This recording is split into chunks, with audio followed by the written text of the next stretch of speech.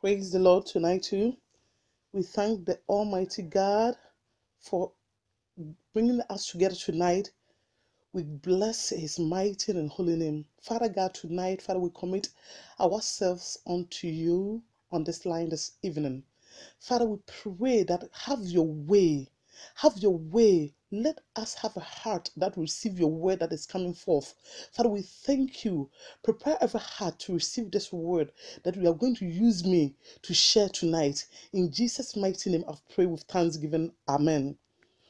Tonight, our word or our topic that we are standing upon to give the word is the confident woman that God designed us to be.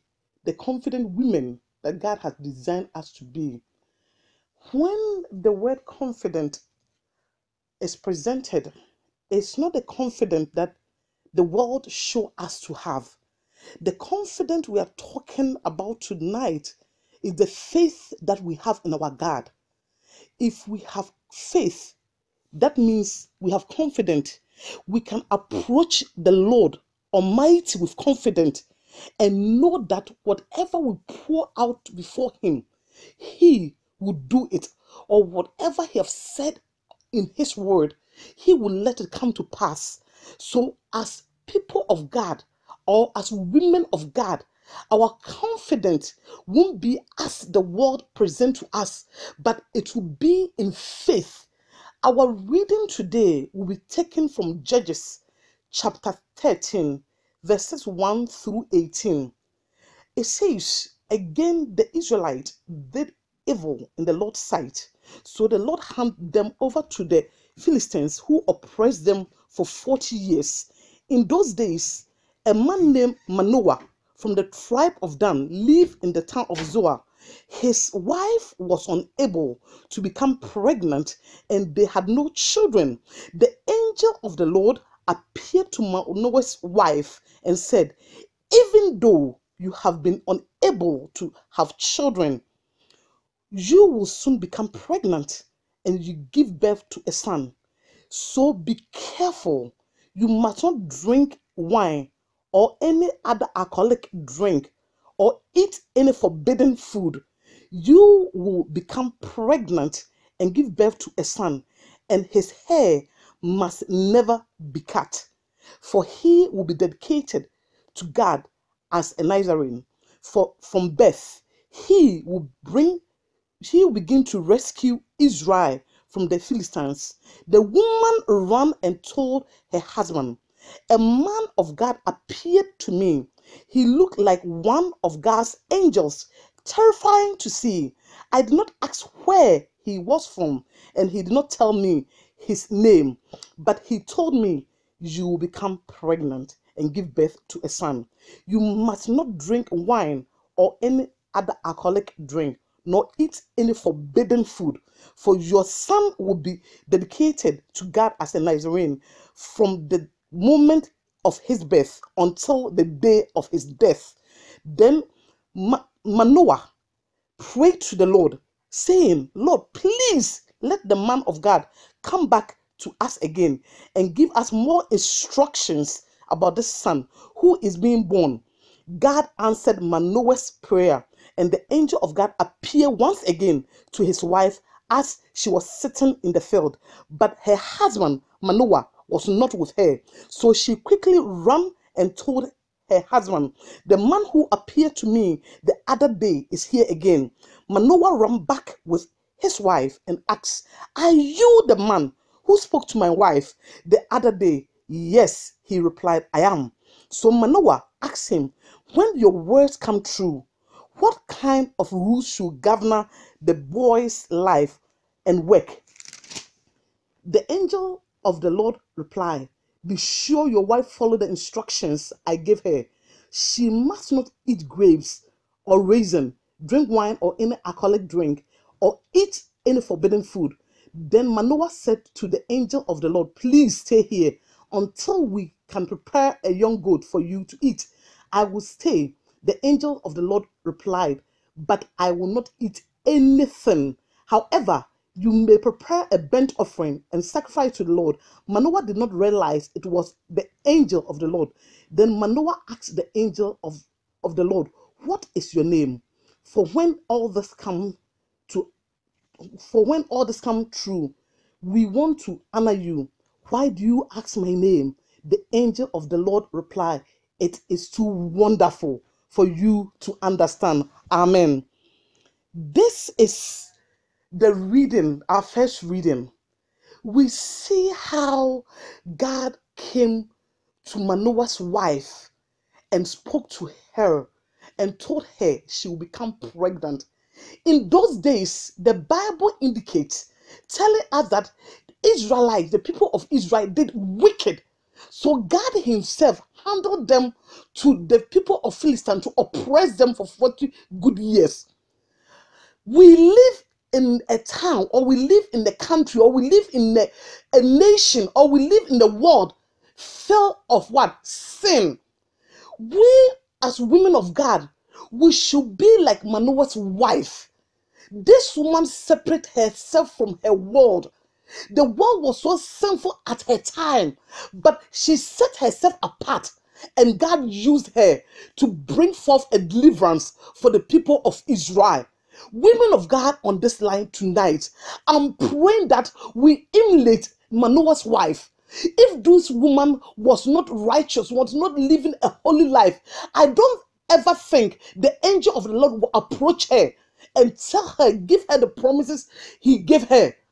My brethren that we're on this line, let's understand something. Even though this world that we're living have turned upside down, anything good is bad and everything bad is good in our days. If we set ourselves apart like Manoah's wife, God can use us women mightily. This woman was not expecting God or the angel of God to appear to her, but because her lifestyle, in the midst of the chaos, in the midst of dilemma, in the midst of everything turned upside down in the world, she dedicated her life to live for God. The angel of God appeared to her and gave her promise, something that she wasn't thinking that she would ever have. Because she set herself apart to do the things of God, God gave her promise, and not just promise, but fulfilled the promise. God blessed this woman and gave birth to a person who will come and be the deliverer of Israel. Even though that they were under bondage, they were under oppression. The Philistines were oppressing them. They were doing everything to make life better for the Israelites. But because Manoah's wife set herself apart, to see God's face, God used her as a vessel to bring forth Samson to deliver Israel, the Israelites. My sisters and brothers on this line tonight, we should know that if we set ourselves apart, God can use us. Even though this world that we live in, sin is rampant, sin is all around us, everything is not right in the sight of God. But if you and I will set ourselves apart to do things that will honor God, to do the things that will bring glory to his name, he will use us for his own glory. Praise be to the name of the Lord. My brethren, tonight I want us to have this mindset that we should set ourselves apart to do the things of God. If we set ourselves apart, God will use us as women of vessel. It wasn't just Manoah's wife that an angel of the Lord appeared to. There's one other lady. After the covenantal promise to Abraham, the angel of the Lord met her. She was the first woman too. God met her in a wilderness and spoke to her. She had a divine connection with our father Abraham. Her name too was Hagar. Hagar was somebody that she was the first woman. After God told Abraham, leave your father's land, leave your country, and go to a land that I'll promise you to give to you and your descendants. After that promise, Hagar, the Egyptian maidservant of Sarah, was brought to Abraham, and she conceived for Abraham. Because of that divine connection, the angel of the Lord appeared to her and told her that go back Go back and humble yourself to your mistress Sarah, because you have great nation in your womb too. For the sake of Abraham, I will bless you, Hagar. I'll bless your son Ishmael, descendants. My dear, she was the first lady that an angel of the Lord appeared to her, just as he appeared to Manoah's wife. But she did not listen. She did not do what the angel of the Lord told her to do. She humbled herself halfway, and she didn't humble herself all the way. So she was again sacked from the home that's supposed to be a permanent home. She was the one who was laughing at Sarah and Isaac when Isaac was weaned. When Isaac was given what the wean process was going on, Ishmael was laughing at the baby, and Sarah saw it and said, "No way, no way! This child cannot live in this house. This child cannot live in this house. Why? Because Hagar could not do what mother's supposed to pray with the son and say, you cannot tease nobody. The Bible indicated that the boy was teasing Isaac. So she was kicked out of the house. Even though the angel of the Lord appeared to Hagar, she did not hold on to her promise. She didn't fulfill the things that supposed to be done. The angel of the Lord to go back and submit yourself. Submission is very important in our Christian faith, in our Christian walk. Pride will take away God's glory from us. If God put it in a certain place in our life and we let pride come in, we will not see the glory of God. The confidence, that's why I was saying that the confidence shouldn't be the confidence that the world presents to us, but it will be by faith. The confidence that we have is in faith of God. We're going to have the faith to do what? Hold on to our confidence in Him. I'm praying that we are all hidden to what I'm saying today on this line, that we should be people of God who will humble ourselves, who will submit to God's authority, just like when the angel of the Lord came to Manoah's wife, gave her instructions and said, when you have your son, when you become pregnant, don't eat grape, don't eat raisin, don't drink any alcoholic drink, because your son will be dedicated as a Nazarene son. She followed through. She followed through what the angel of the Lord instructed her. She did what the angel of the Lord told her to do. She did not drink the alcoholic drink the angel told her not to drink. She did everything according to what God angel told her to do. My dear, when we were reading, when I read the word, and it told us that, guess what? When Manoah asked the angel, what is your name? What is your name? That when your promise come true, we can honor you. The angel of the Lord told Manoah that, no, it's not necessary for you to know my name, because my name is too wonderful. My name is what? Too wonderful to understand. You don't know what you are asking. But when they sacrificed the lamb, if you read the whole chapter, it's when they sacrificed they gave the sacrificial offering to the angel of the Lord, he ascended in the fire, and they saw him going up to heaven. And then they realized that they were talking to the angel of the Lord. So Manoah, was afraid that they might die. But guess what? A faithful wife, a confident wife, told her husband, we will not die. If we die, the angel will not appear to us so many times. So we will not die. He came to give us promise that our son that we're going to give birth to will deliver our people from the hands of the Philistines. My brethren on the line, let us realize the instructions in the word of God. When we read the word of God, the instructions it gives us, we should stand upon that instructions, abide, obey. If we obey the word of God and do the things of God, whatever we ask, His plans and our plans are not the same. His ways and our ways are not the same. He will give us instruction to do things according to His pattern that He give us. Remember that everything that God give is for our own good. Not for Him, but it's for you and I, for our good. He knows the future. He holds the future in His hand. He knows tomorrow. He knows today. He knows what will happen 10 years from now. So if God give us instructions, or when we read the word of God and we see what the word of God tell us to do, we have to apply to our lives. Manoah's wife did everything according to what the angel of the Lord told her to do. And she gave birth to a wonderful son, Samson. And he became the deliverer of his people. Brethren, what am I saying? A confident woman depends upon the word of God. Trust totally. Put her hope in the word of God. And that's where our confidence comes from. Our confidence is in the word of God, believing what the word says to us, that when we are faithful, when we obey, then we see the glory of God in our own life. We cannot be disobedient and think that God will honor us. If we are living in rebellious, if we are living with our spouses in the home and we are not honoring them, not giving the respect that due them, God's glory can never come upon us. The confidence that we are seeking, it won't come from him, it will come from the world. But if as the Bible says, we should respect our spouse, we should respect them, and they will show us love. Men don't need women to love them. What men need is us women to respect them.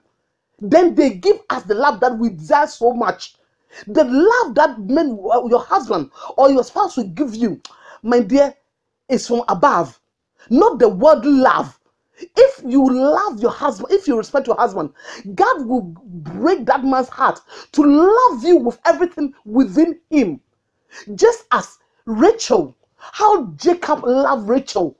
The first time Jacob set his eyes on Rachel, he gave his 100% love to Rachel. Rachel didn't have to earn anything. She didn't do anything for Jacob to love her the way he loved her. It's a genuine love. He loved Rachel. But then when we read the scriptures about Rachel to life, she was trying to earn something that she already owned. She already had already. Rachel had the love of Jacob 100%, but then she tried to earn it. We shouldn't try to earn God's love. He loved us. That's what John 3:16 says. For God so loved the world that he gave his only begotten son. The love of God that he has given to you and I, we don't have to earn it. It's freely given. All that you and I have to do is believe that we have it. That's confidence in the Lord. That's our confidence in him, that we accept him as our Lord and personal Savior. That's how we know that we don't have to work for our salvation. The working is done through Christ, but we have to be obedient to the things of God. As it says in John 14:23, if you love me, you will keep my commandments. The love is his word. If we also will love God, we ought to obey his word. Whatever is in the Bible, when we read it, brethren, I want us to hold firm on it. We should take it as it is. We trust what God word. It said, because when you read Peter, it said, holy men sent from God, they are the one who wrote the word of God. God breathed to them and they wrote the word of God. So we should not take the word of God as history book, as some people are saying. The word of God is a history. Okay, the word of God is alive, as it says in Hebrews chapter 4. It says the word of God is alive and is sharper than any two-edged sword. It pierces even through the bone marrow. It pierces through it. So when you and I read his word, as the instruction was given to Hagar, she disobeyed. I gave it to Manoah's wife. She obeyed and fulfilled everything that God told her to do. She fulfilled her call that God gave her. Brethren, I want us to be like Manoah's wife. Set ourselves apart for the things that is good, for the things that God desires us to do, for the things that will bring honor and glory unto his name. Our second reading will be taken from Ephesians chapter 3 verse 17. It said that Christ may dwell in your heart through faith, that you, being rooted and grounded in love. You see, I was just speaking about love right now. If we love him, we'll obey his commandment that he has given to us. We cannot have any confidence in our achievement. We cannot look on our education, our criteria in life, and say that I did this, that's why I think God loves me. I'm giving to orphans, that's why God loves me. But the love that, or the confidence that we are speaking about, is rooted in the word of God. It's rooted in him and him alone. In him alone, that you and I can be complete. We cannot be complete, or we can't have confidence in ourselves, because everything that comes from our flesh is decay, but everything that comes from him is eternal. It never decays. So we should hold on to that confidence, that faith confidence that we have to have in him. Our confidence is in Christ and Christ alone. In Christ alone, our hope is found. In Christ alone is our all in all. We have to depend on him and him alone. For his shed blood will not be in vain. If we depend upon him, if our confidence is in him, if our hope is in him, if our faith is in him, we will see the glory of God in our life as women. This world has bombarded us with so many things that we should copy. The things of this world, we should copy. It bombarded us for the things we should last after the flesh. But the flesh is dust. It's dust. No, it's dust. We should remember that everything that we see will rotten, will decay. But only what is done for Christ, or our obedience to his word, will last eternal. If we are on this line tonight and we can comprehend this, we know that we have a place that we're going. This earth is a transit. We were brought here for a season and a time. When the time comes, he will take us home. What kind of preparation are you doing towards your home going? I'm asking. Manoah's wife set herself apart, and she was used to bring deliverance to the nation of Israel. What are you doing? Prepare yourself for your eternal home. What are you doing as women of God? Are we setting ourselves apart so God can use us in this end time? Are we being faithful in our own homes? Are we being righteous in front of our kids? Are we doing the things that we are saying, or we're just saying without doing it? Are our children emulating us the right way? Or they are seeing that we are speaking something and we are doing another thing? We are acting Sunday, and from Monday through Saturday, we are two different people. We come to church to play church, or we are living righteously in front of our husbands and our children, or in front of our co-workers. Are we living a godly life, or we are living for ourselves? Right now, we have to be grounded and rooted in faith and rooted in the things of God, and hold on to him, because he is our confidant. This word confident, if we're going to rely upon it, oh, it will decay. It's only when you and I depend on Christ and Christ alone that will be eternal. That's what the only way it can be eternal for you and I. We cannot live for this world, because everything in this world is passing away. It's passing away. It's passing away. We should live. We should live for Christ and Christ alone. Brethren, on this line, tonight I'm encouraging us that our confidence that we have to build on the solid rock, which is Christ Jesus. We should build our confidence on him and him alone. We should listen to the yea and the amen of the word of God. We should emulate Christ. We should be just like him. The way he humbled himself all the way to the cross. He left his glory and came and took our sinful nature out. He came and exchanged our sinful nature for his glory. He did so much for us. He did so much for us. He didn't hold on to his glory, but he left it and came to our filthy land and took our place, and he died for us. We should set ourselves apart. If we set ourselves apart as women of God, God will use us mightily for this end time. He will use us, and for us to be ministers of the kingdom of God. We'll be people that people will see our life without even we open our mouth. They can see Christ in us. Without us telling them we're Christians, our attitude can draw them to us. They can draw them to Christ. It's not what we say, it's what we do. Our attitude speaking louder than words. Not what we tell people that I'm a Presbyterian, I'm a Pentecostal. No. It's your lifestyle. Are you emulating Christ? Are you showing the real truth of Christ in you, which is your hope of glory? Are you showing to everybody to see? Are you humble? And do you have the humility of Christ to do the things of Christ? Or when you open your mouth, foul is coming out of your mouth. When you open your mouth, people are running away from you. or when you open your mouth, you're drawing people to Christ. What are we, women of God? This world has bombarded us with so many things. What are we doing for Christ in this end time? Are we living righteous, holy life? Are we living sanctification? Are we living to please the Lord? I'm asking all these questions, that we cannot play church anymore. We have to serve God with real, reverent fear wherever we are. Not just on Sunday, on Friday night service, but when people see you, when people see us, when people see, they see the glory of God in us. When we open our mouth, they see Christ in us. They can tell that we are Christ-like. We are Christ-like women. At this end time, everything, trust in Jesus.